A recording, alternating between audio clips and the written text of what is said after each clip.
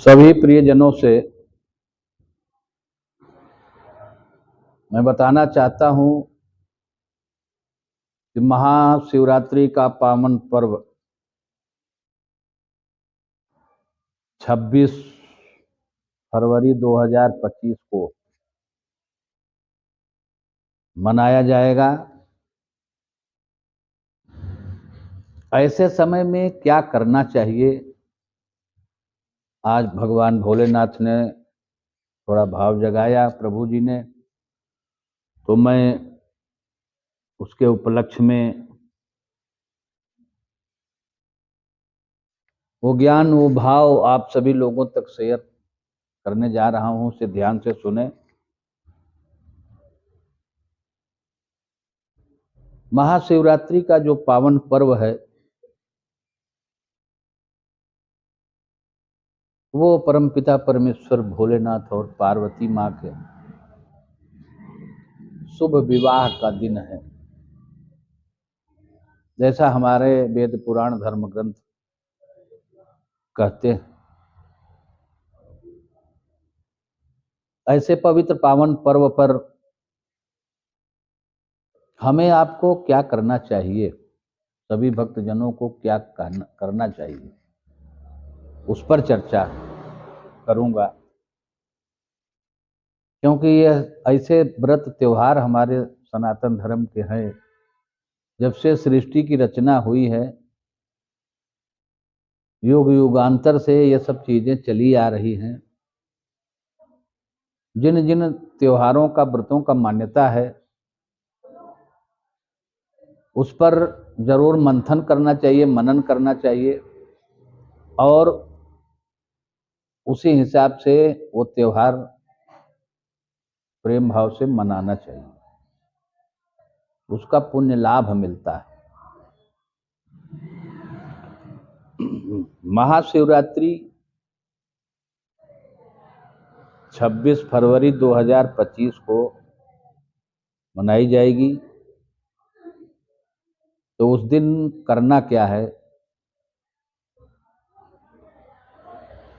प्रातःकाल ब्रह्म मुहूर्त में उठ करके, स्नान करके, साफ सुथरा वस्त्र पहन करके,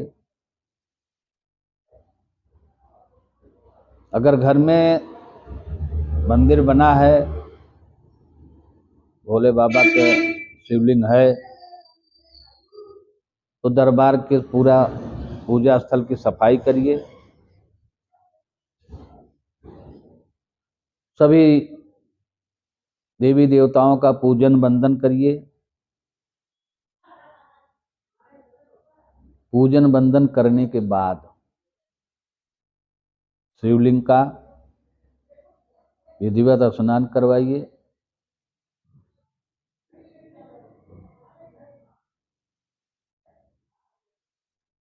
तिलक शिवलिंग को लगाइए। और तिलक में भी सफेद भी आता है चंदन, अष्टगंध भी आता है, रोली से भी लोग चंदन लगाते हैं, हल्दी से भी लगाते हैं। आपको जो उपलब्ध हो, यहाँ बाध्यता नहीं है कि यही करना है, जो उपलब्ध हो प्रभु कृपा से।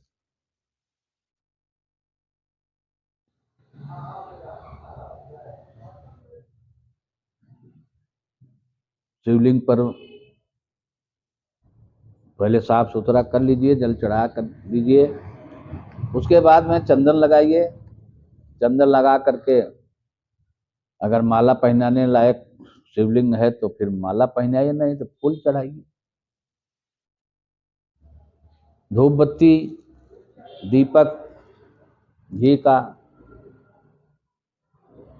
शुद्ध घी हो, नहीं तो शुद्ध तेल का करिए, जो सुविधा मिले। दीपक दिखा करके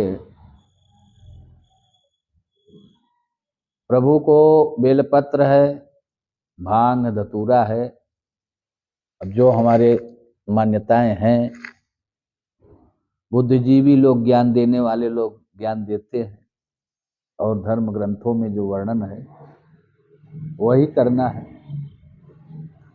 और बाकी तो अगर प्रभु अलग कोई भाव जगाते हैं तो आप अपने उस भाव से के प्रति भी कर सकते हैं।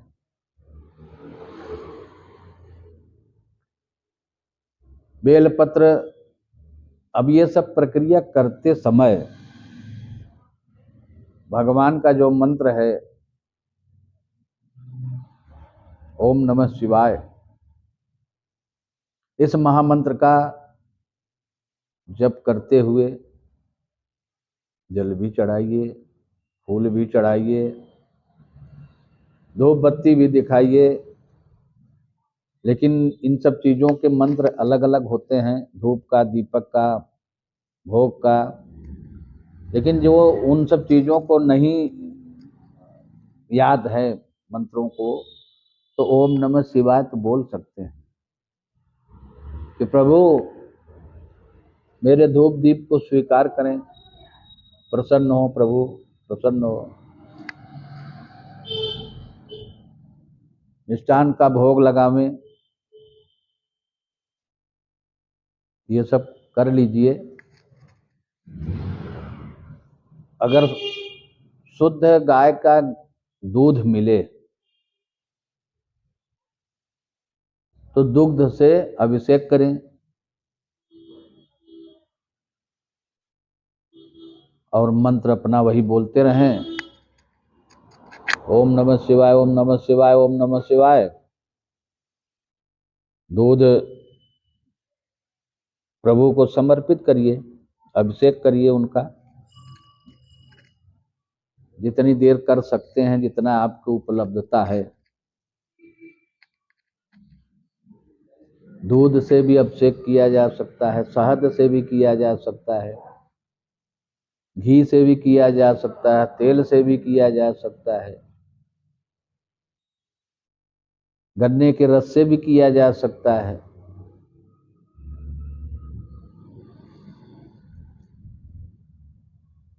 इन सब चीजों के माध्यम से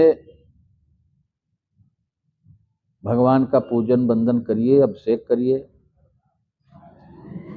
फल फूल का भोग लगाइए। अब यहाँ जो भी कर्म करना है उसमें श्रद्धा और भाव भक्ति होनी चाहिए। जल्दबाजी में कोई काम नहीं, जल्दी जल्दी जल्दी करके फटाफट हमको जाना है, वहाँ जाना, वहाँ जाना, ये करना है, वो करना है, वो यहाँ जल्दबाजी वाला कोई काम नहीं। वो यहाँ प्रेम और भक्ति दिखानी है, और जब प्रेम और भक्ति के साथ करेंगे तभी उसका फल भी मिलेगा। तो अपने बुद्धि विवेक को स्थिर करके भगवान की सेवा करें। या किसी भी देवता का, अगर आप अपने इष्ट देवता के या किसी भी देवता का पूजन वंदन करते हैं तो ड्रामा वाला कोई काम नहीं। हम करने क्या जा रहे हैं, क्या सेवा करने जा रहे हैं, किसकी सेवा करने जा रहे हैं, ये भाव को दर्शाइए, तभी वो देवता प्रसन्न होंगे और आपका मनवांछित फल मिलेगा। नहीं तो खोपड़ी पटक डालिए, फोड़ डालिए, कुछ भी करिए, कोई मतलब नहीं। तो हमारा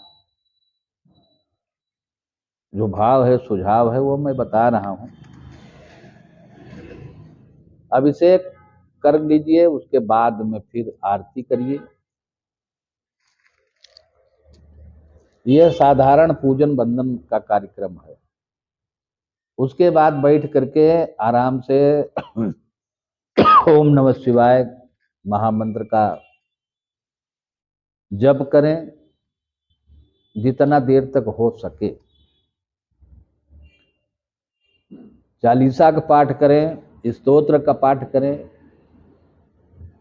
जितना आप कर सकते हैं वो प्रभु का वंदन नमन करें। लेकिन यहाँ पे एक बात और मैं बताना चाहता हूँ। दिन में तो लोग मनाते ही मनाते हैं, व्रत भी रखते हैं, लेकिन महाशिवरात्रि जैसे नवरात्रि वैसे महाशिवरात्रि, यहां रात्रि दर्शाया गया है। महाशिव दिन नहीं, नव दिन तो 9 दिन है ही है, लेकिन नवरात्रि कहा जाता है। इस दिन का विशेष महत्व जो होता है वो रात का होता है। रात्रि में पूजन बंदन करने का एक अलग प्रभाव होता है, शांत वातावरण होता है। ऐसे में शांति से आपको अपना भाव प्रभु के श्री चरणों में, मैया के श्री चरणों में लगाएंगे तो उसका एक अलग आनंद है, और आपको लगेगा कि हाँ वाकई में हम पूजन बंदन कर रहा हूं। अब दिन में तो आप किसी भी मंदिर में जाइए तो वहां धक्का परेड होता है, कायदे से चढ़े जा रहे हैं ऊपर, भोले बाबा के जल चढ़ाने के बजाय आप ही के खोपड़ी पे जल डाल देते हैं। तो वो तो भैया हमें नहीं समझ में आता है। वही काम अगर रात में किया जाए तो उसका आनंद ही कुछ अलग है।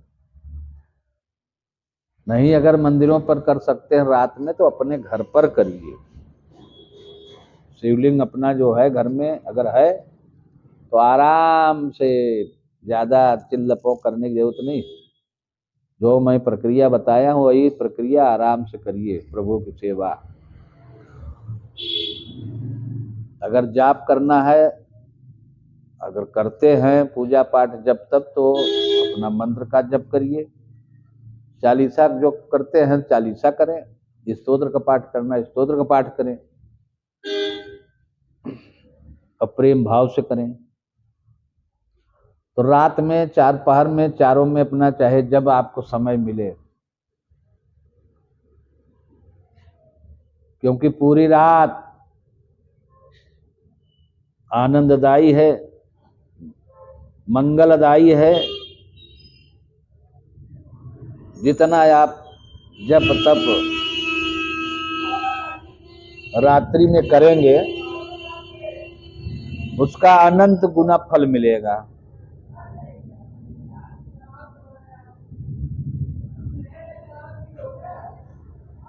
और आपकी मनोकामना भी पूरी होगी। भगवान भोलेनाथ और मां पार्वती दोनों लोग आपकी पूजा से, बंधन से प्रसन्न होंगे तो आशीर्वाद देंगे ना। तो उनकी प्रसन्नता के लिए ही ये सारे कर्म किए जाते हैं। तो वो भाव आपका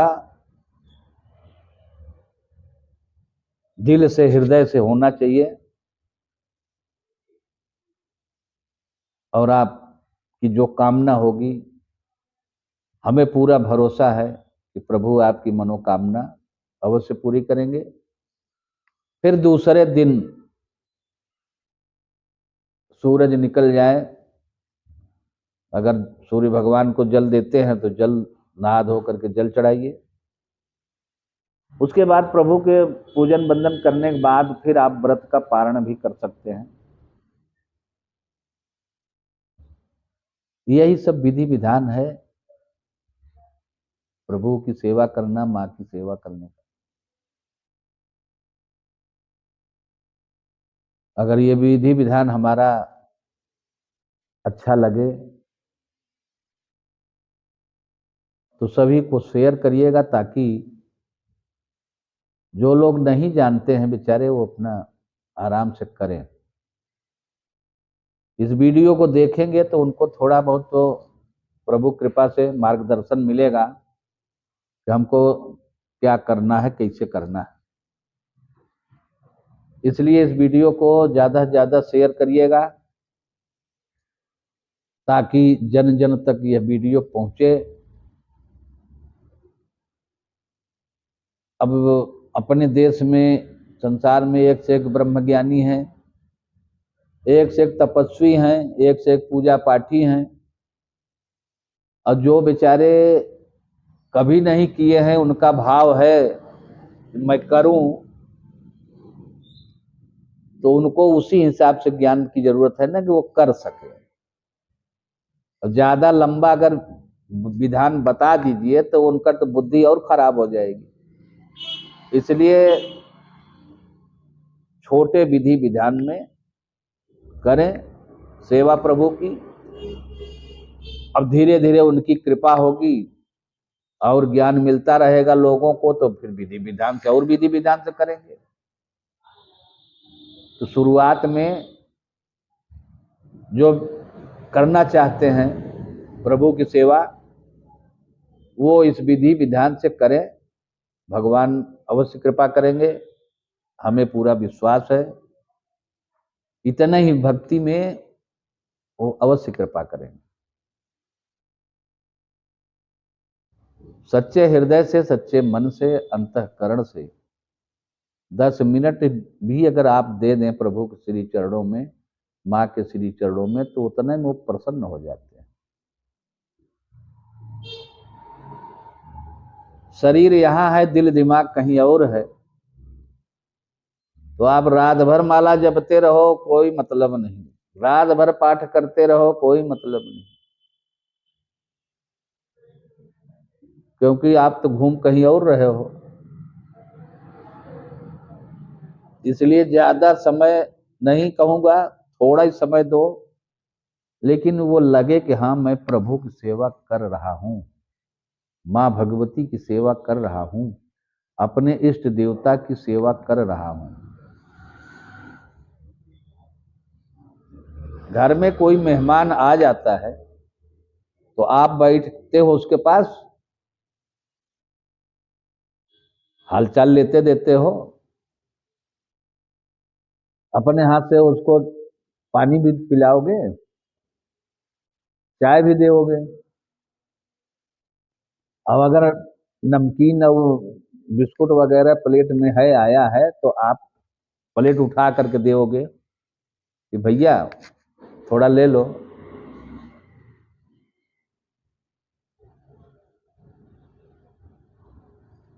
वो भी एक भाव है ना। तो उनके लिए तो आप इस तरह का भाव दर्शाते हो। अब प्रभु की सेवा करनी हो तो वो भाव आपके दिल दिमाग में नहीं आता है, आना चाहिए ना, उससे प्रबल आना चाहिए, क्योंकि वो एक रिश्तेदार हैं, एक मित्र हैं, और ये तो पूरे ब्रह्मांड के सर्वे सर्वा हैं। तो उनकी भक्ति में तो हमको और जी जान से लगना पड़ेगा ना। और जहां लगना है तो वहां लगना नहीं चाहते हैं, वहां भाव दर्शाना नहीं चाहते, और बाद में कहेंगे भैया बहुत पूजा पाठ करता हूं लेकिन कोई फल नहीं मिलता।